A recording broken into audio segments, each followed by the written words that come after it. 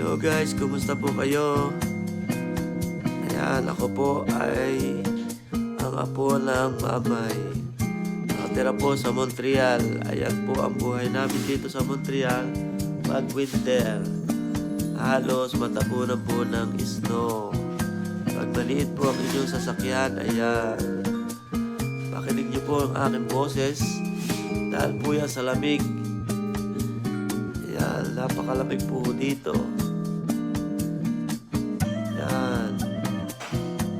Kita nyo. Yan po ang buhay ng Pilipino dito sa Montreal. Kapag winter, pag maliit po ang inyong sasakyan, nako, abutin po lang isang buwan bago nyo po makalkal yan. Sige po mga kabayan. Yan po ang buhay namin dito sa Montreal, Canada. Every winter po yan. Thank you for watching.